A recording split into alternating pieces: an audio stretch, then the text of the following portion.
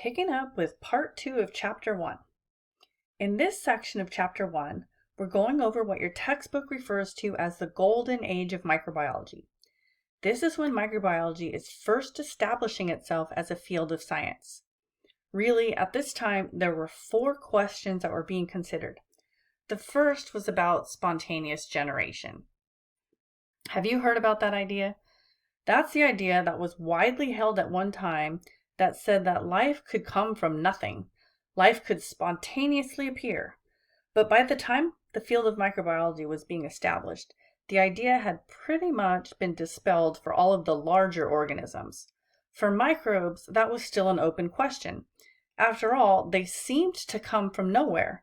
You have a clean cup of broth, but you leave it out for a few days and poof, it's filled with stinky microbes spoiling it.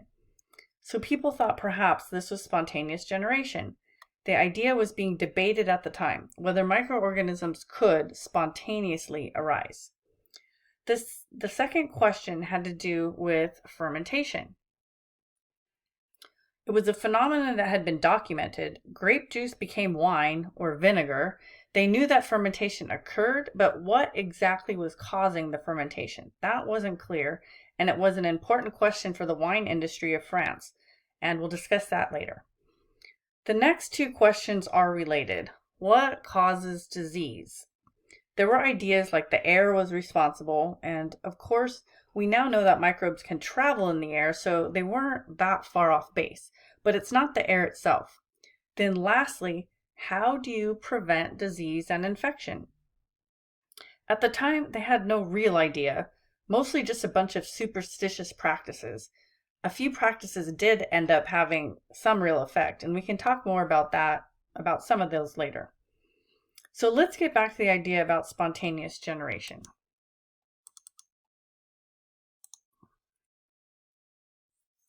The question really is, how does life arise?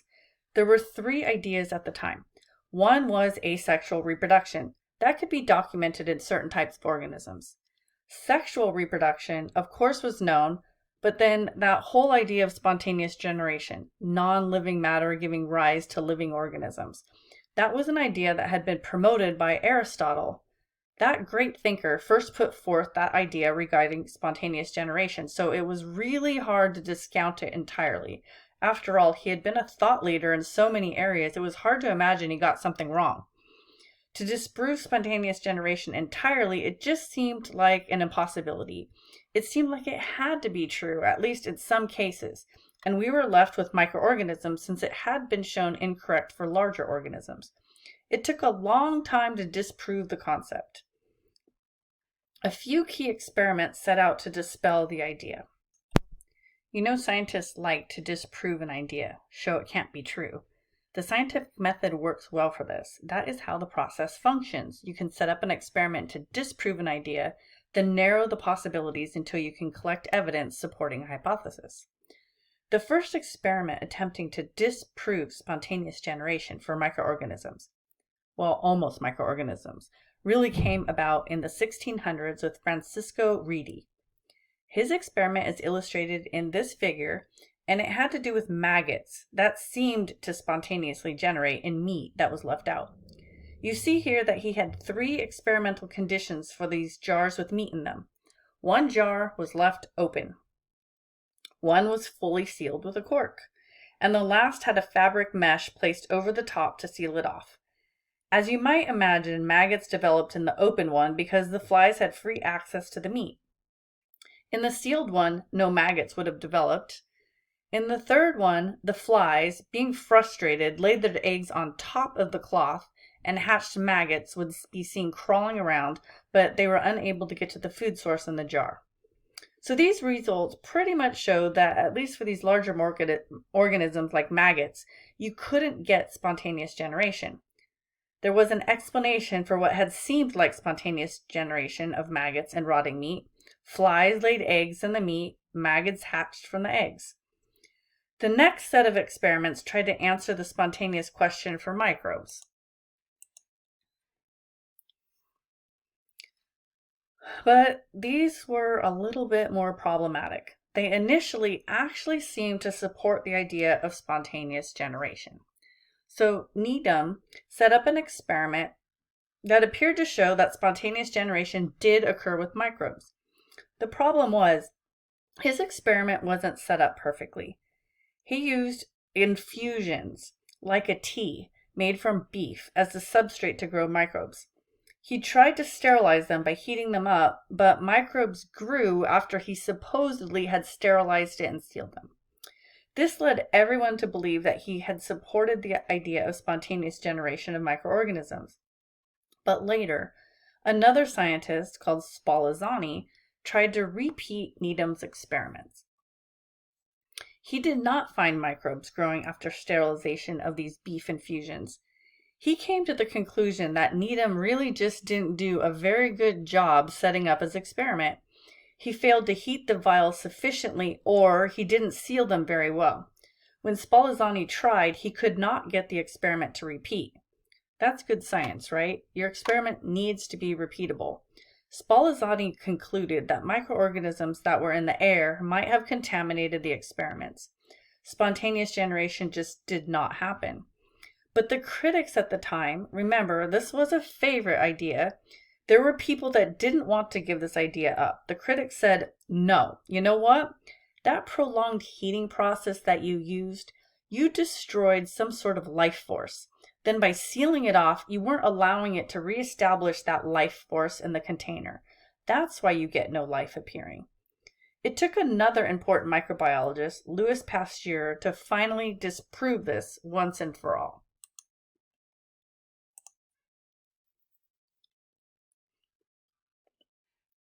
So, Louis Pasteur had many famous experiments and findings over the years. This is, however, one of his very most famous experiments. You can't escape a microbiology class without learning about the swan-necked flask experiment. In fact, these experiments are so well regarded that his swan-necked flasks are still under a case in the Pasteur Institute in France, and they're still sterile to this day. For these experiments, what he did was he had this flask with a broth in it, and he heated the neck and stretched it out into this elongated sort of loop, which roughly resembles an S, like right here.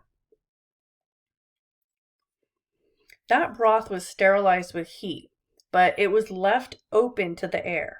The air traveling down into the tube would not bring microbes into the broth. All of the little particles of dust and microorganisms that might be floating in the air would settle down into this little neck and would not, they'd remain there over the time that they were left. No microorganisms would grow in the broth, and the broth would stay sterile, so as long as you kept the flask in that position. As soon as you tipped the flask over so that the broth could contact that area of the neck where the organisms may have settled, then organisms would grow in the broth. Pasteur's experiment seemed to finally, once and for all, show that microorganisms did not come from nothing. They did not arise spontaneously, and the air did not contain a life force, but the organisms themselves were floating in the air. Once they were able to reach the broth, they would multiply.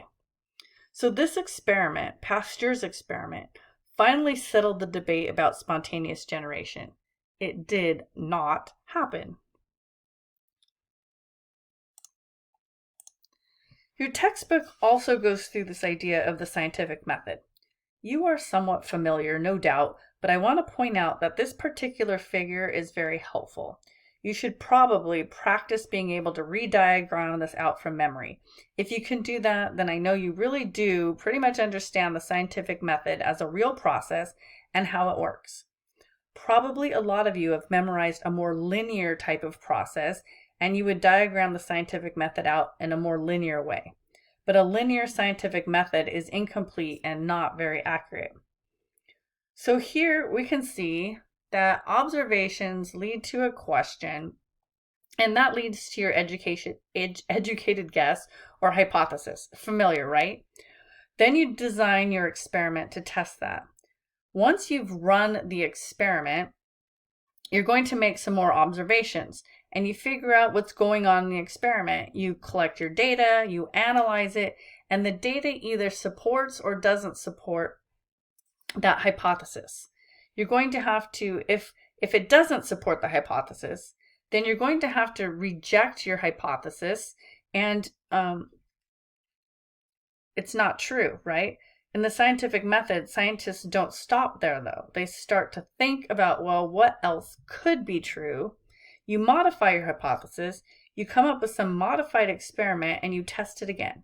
You would go on to test it and come up with new observations and move through the process. Perhaps this time the data does support your hypothesis and you accept it, but you're still not done. At least the scientific process is not done. You'll notice that in just our common everyday experience, like with COVID-19, people are making statements about what the virus does or doesn't do, and it gets evaluated by other scientists trying to figure out whether that really is true or not true. This is how it works with any scientific finding. If a hypothesis, and now a conclusion, is repeatedly supported, that particular idea eventually becomes a theory or a law. What's the difference here? Well, notice that I also added this little box to the figure that's in your book. The box says repeatedly supported. Because one group and one finding, one supported hypothesis generated conclusion is not enough. It has to be repeatedly supported. Then it's going to be elevated to a theory or law. The difference between the two is that laws tend to be things like mathematical types of explanations. A theory is usually more like a worded explanation of some phenomena. Let's stop and consider for a moment how that word theory is used differently by scientists compared to our everyday language. It is unfortunate that they are used quite differently, which leads to confusion. And that's an important concept that oftentimes gets blurred when people are thinking about or talking about scientific findings. In truth, a scientific theory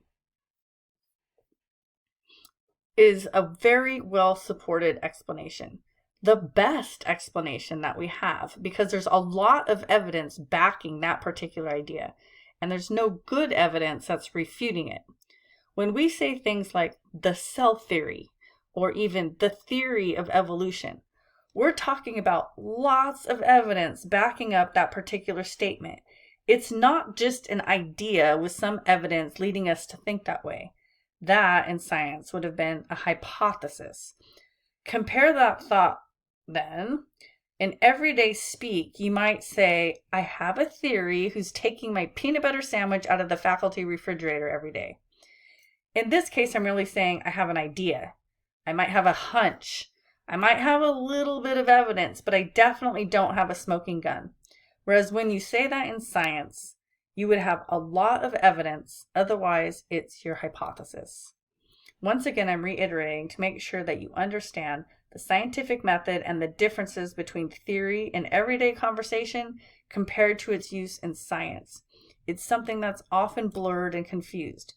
Many statements in the general media get it wrong.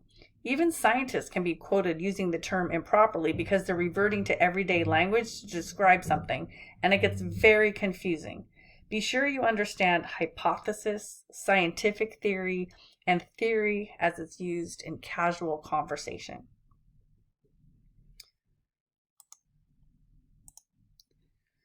Moving on, recall the next question had to do with fermentation. What causes fermentation? Here we'll circle back to Louis Pasteur in just a minute. To provide some context, at the time, spoiled wine was really threatening the livelihood of a lot of people in France. The people that made wine, the vintners, they came together and they funded Pasteur to do some research. They needed to know what made the wine go bad.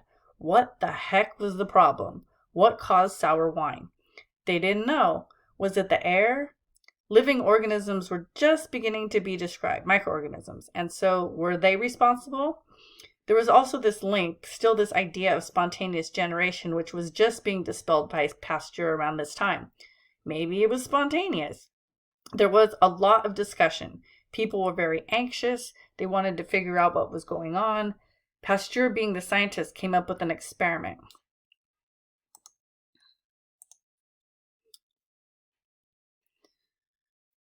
What you see here is 4 different scenarios where he was trying to test out what was responsible for fermentation. His first hypothesis was, that it was spontaneous. Fermentation was spontaneous.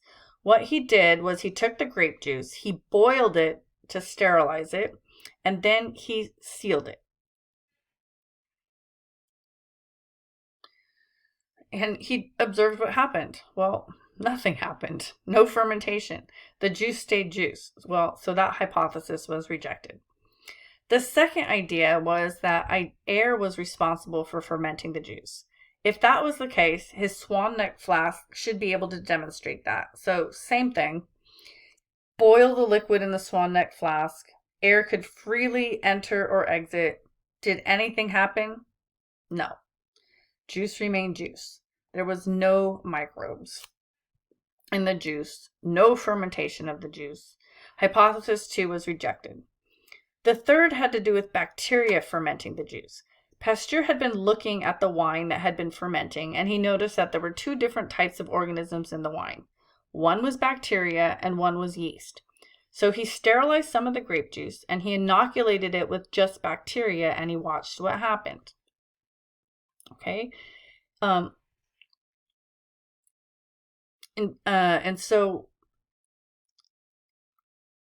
in fact, he did see fermentation occur, but it was essentially a vinegar that was being produced. There were acids that were produced in the juice. Acids taste sour, so he modified his hypothesis. Bacteria were fermenting, but it was causing the spoilage of the wine by making acidic byproducts. The fourth hypothesis was that yeast was responsible for fermentation. Again, he sterilized the juice, he inoculated the sterile juice with yeast, and then observed. He got a happy result, right? You probably already know that yeast is responsible for alcoholic fermentation and produce wine from grape juice. This hypothesis was accepted. The yeast are the good guys. That's what they wanted in their grape juice, to make good wine. So what do you think Pasteur did? What did he recommend?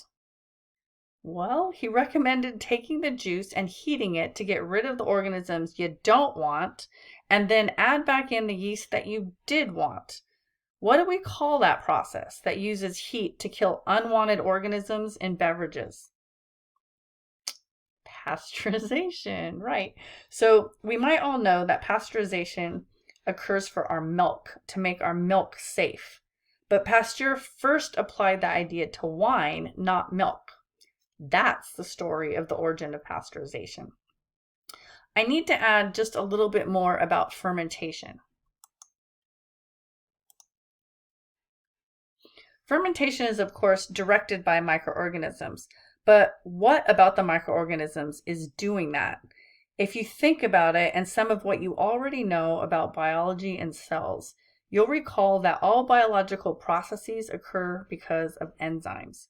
We'll be looking at enzymes in more detail in the later chapter. Enzymes are the key players in fermentation, like with other cellular processes. Prior to Edward Buchner doing his work, people assumed that fermentation only occurred within a living cell. Buchner showed that you didn't need the whole cell. You only needed the enzymes of the cell. Therefore, you could cause fermentation in a test tube as long as you have the right enzymes for the substrate. That really made the field of industrial microbiology take off. The whole field that we have right now, a large part of biotechnology and the field of biochemistry, where microbes are making things or their enzymes are making things, all came about because Buchner demonstrated that you could get the work done in a test tube. So in closing out this section, I want to point out that there are a lot of foods and other products made by harnessing fermentation.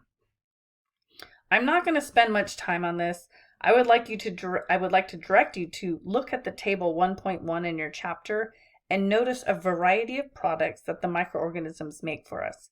And they work fairly inexpensively as well. They like nutrients, and if supplied, they'll produce what we need. These are important to our modern lifestyle. Microorganisms have been put to work by industrious humans.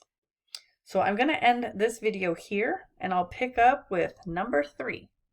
I'll see you soon.